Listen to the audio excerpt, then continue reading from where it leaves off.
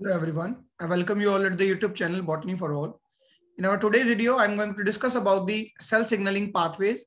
This is the second part of cell signaling series. In the previous video, we have discussed about the introduction of cell signaling as well as the type of signal molecules. So after that, we are continuing the series with the signaling pathways. The various signal pathways are there depending upon the distance between the signal cell and the target cell. So signal cell होती है, target cell होती है. Signal cell जो signal को produce करती है और उसको भेजती है आगे. ट्रांसपोर्ट करने का मीडियम कुछ भी हो सकता है. उसके बाद टारगेट सेल जो उनको रिसीव करती है रिसेप्टर से. तो ऑटोक्राइन सिग्नलिंग, ऑटो से पता चल रहा है कि सेल्फ सिग्नलिंग है. इट मींस जो सिग्नल सेल है यानी सिग्नल जनरेटिंग सेल है वही टारगेट सेल है. सिग्नल मॉलिक्यूल जनरेट तो होगा और बाहर भी जाएगा. इसीलिए ऑटोक्राइन सिग्नलिंग में भी जो टाइप ऑफ सिग्नल मॉलिक्यूल है वो एक्सक्रीटरी है. ऐसा नहीं है कि टारगेट सेल को ही आना पड़ रहा है, क्योंकि दोनों सेल सेम है लेकिन सीक्रेशन होता है, बाहर जाता है signal molecule. But target protein की तरह रिसेप्टर जो है उसके रिसीविंग के वो खुद सिग्नल सेल पर ही है. तो सिग्नल सेल भी और टारगेट सेल भी दोनों की तरह बिहेव करता है जब कोई सेल, तो वो ऑटोक्राइन सिग्नलिंग है.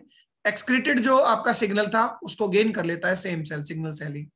ऐसा जो है यूजुअली देखने को मिलता है इम्यून सिस्टम में, या इम्यून रिस्पॉन्स जो है आपका इम्यून जो सेल्स होते हैं उनमें ये रिस्पॉन्स देखने को मिलता है. जो साइटोकाइंस होते हैं, अभी मैंने बताया था साइटोकाइंस प्रोटीन्स हैं, वो साइटोकाइंस प्रोड्यूस करती है सेल और उन साइटोकाइंस को खुद ही गेन कर लेती है. ग्रोथ फैक्टर्स जो होते हैं इम्यून सेल्स के अलावा, ग्रोथ फैक्टर्स में भी ऑटोक्राइन सिग्नलिंग देखने को मिलती है कि कोई सेल ग्रोथ फैक्टर्स को रिलीज करती है और अपना काउंट बढ़ाने के लिए, प्रोलिफरेशन करने के लिए या सेल का साइज इंक्रीज करने के लिए वो ग्रोथ फैक्टर्स को खुद ही रिसीव कर लेती है. तो इम्यून सेल्स या ग्रोथ सेल्स में ये मैकेनिज्म देखने को मिलता है. इम्यून सेल में क्या होगा कि जैसे ही कोई भी एंटीजन आया तो सेल जो है अपना काउंट बढ़ाना चाहेगी, एंटीबॉडी सेल्स जो है या जो आपकी इम्यून सेल्स हैं, तो उस केस में भी एक तरह से वो ग्रोथ फैक्टर की तरह काम करती है, साइटोकाइंस को वो रिलीज करती है. तो ऑटोक्राइन सिग्नलिंग मेनली दो जगह पे देखने को मिलती है. ग्रोथ फैक्टर्स जो होते हैं वो भी as a signal molecule growth factor बाहर जाएंगे और फिर उनको एक्सेप्ट कर लेगी वही cell. As a cytokines, immune cell से साइटोकाइन बाहर जाएंगे, उन्हीं साइटोकाइंस को एक्सेप्ट कर लेगी सेम सेल. तो एक एग्जांपल है टी लिम्फोसाइट्स में. टी लिम्फोसाइट सेल्स भी क्या करती हैं, जब कोई आता है पैथोजन तो वो रिलीज करते हैं साइटोकाइंस को और खुद ही उनको गेन कर लेती है. कैंसर सेल्स भी ग्रोथ फैक्टर ऐसे रिलीज करती है, अपने आप को ग्रो कराने के लिए कैंसर सेल खुद रिलीज करती है ग्रोथ फैक्टर्स को और खुद ही उनको गेन करके अपना प्रोलिफरेशन कराती रहती है. और इंटरल्यूकिन 1 जो है वो भी एक साइटोकाइन है अगेन. तो ये भी एक साइटोकाइन है मोनोसाइट सेल्स का. पर्टिकुलरली मोनोसाइट एक इम्यून सेल है, वो इंटरल्यूकिन 1 टाइप का साइटोकाइन रिलीज करेगी और खुद उसको एक्सेप्ट कर लेगी और अपना काउंट जो है वो इंक्रीज करेगी अगेंस्ट दी पैथोजेंस. तो ये ऑटोक्राइन सिग्नलिंग है, जहां सिग्नल सेल भी वही है, टारगेट सेल भी वही है, एक्सक्रीटरी सिग्नल को वो बाहर भेजेगी सिग्नल मॉलिक्यूल को और उन्हीं को वो रिसीव कर लेगी. ये होती है ऑटोक्राइन सिग्नलिंग.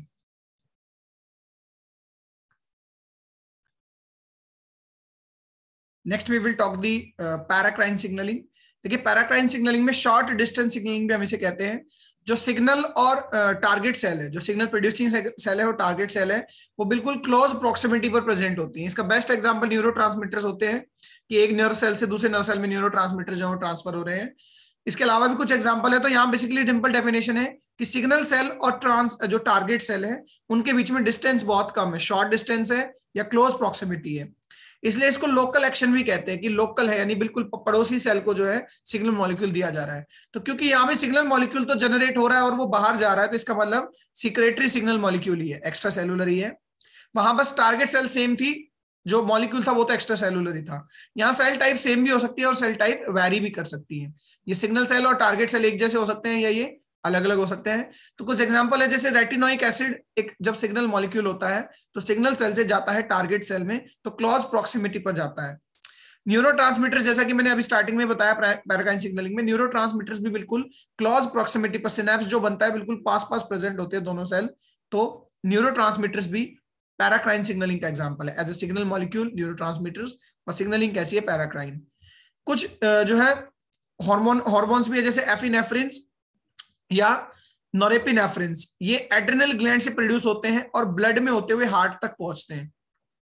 तो ये देखो जब हार्मोन की तरह बिहेव करेंगे तो ये एंडोक्राइन सिग्नलिंग है, क्योंकि हार्मोन यूजुअली क्या करता है, मानो इस सेल ने प्रोड्यूस किया इनको, एड्रिनल ग्लैंड सेल्स ने, जो है एपिनेफ्रिन या नॉरेपिनेफ्रिन को, और ये गए टारगेट सेल क्या है, हार्ट की सेल्स.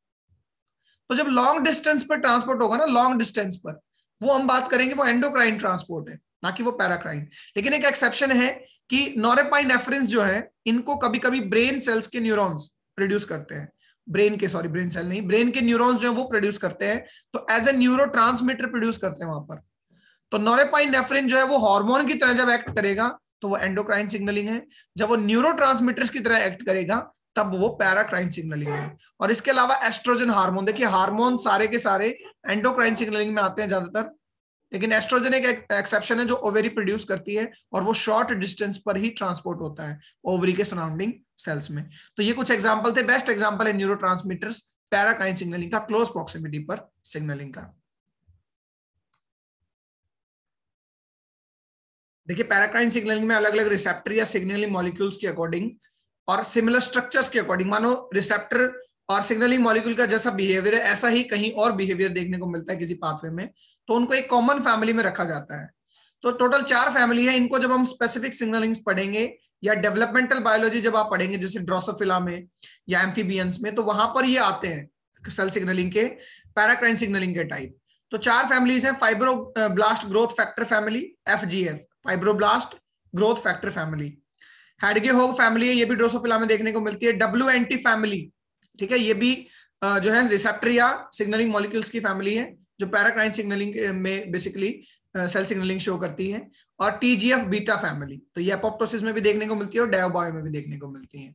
तो क्लोज प्रॉक्सिमिटी पर जब सेल्स प्रेजेंट होंगे सिग्नलिंग सेल और टारगेट सेल्स, तो वो सिग्नलिंग कहलाएगी पैराकाइन।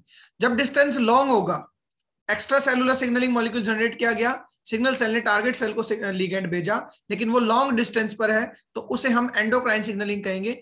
इस केस में सारे सिग्नलिंग मॉलिक्यूल हार्मोन्स होते हैं और ट्रांसपोर्ट करने के लिए एक मीडियम चाहिए, एक स्ट्रीम चाहिए, जो कि मेनली एनिमल्स के अंदर ब्लड होता है। तो ब्लड के थ्रू लॉन्ग डिस्टेंस ट्रांसपोर्ट होगा, कितनी भी दूर टारगेट सेल हो वहां तक सिग्नलिंग मॉलिक्यूल को रिलीज किया जाएगा। तो हार्मोन होते हैं और वाया ब्लड जो है वो ट्रांसपोर्ट होते हैं। वर्टिब्रेट्स में या जो ह्यूमंस है उनके अंदर हाइपोथैलेमस जो है वो न्यूरल सेंटर है, ठीक है। जो एंडोक्राइन ग्लैंड्स हैं, एंडोक्राइन सिग्नलिंग के अंदर जहां हार्मोन्स रिलीज होते हैं, उन सबका कंट्रोल जो हाइपोथैलेमस करता है।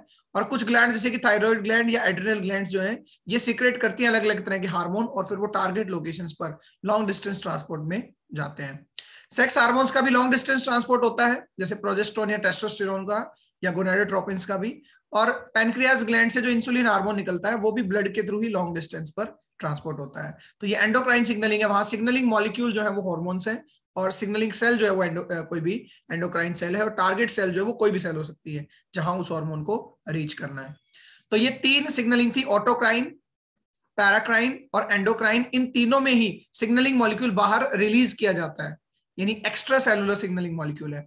बट जक्स्टाक्राइन सिग्नलिंग हम ऑलरेडी पढ़ चुके हैं, उसमें सिग्नलिंग मॉलिक्यूल केवल सरफेस तक है, टारगेट सेल को आना पड़ता है और ऐसे करके जो जॉइंट अटैचमेंट करके जो सिग्नलिंग हो रही है कि सिग्नलिंग मॉलिक्यूल को अब जस्ट कॉन्टैक्ट वाली सेल में, कॉन्टैक्ट डिपेंडेंट टारगेट सेल को कॉन्टैक्ट में आना पड़ता है, तब सिग्नलिंग कंप्लीट हो पाएगी, वो जक्स्टाक्राइन सिग्नलिंग कहलाती है। ये हमने ऑलरेडी पढ़ चुके हैं। इसमें मेम्ब्रेन बाउंड सिग्नलिंग मॉलिक्यूल्स होते हैं। और एग्जाम्पल मैंने बताया था नॉच सिग्नलिंग जो न्यूरल डेवलपमेंट में काम आती है, या क्लासिकल कैडहेरिन सिग्नलिंग।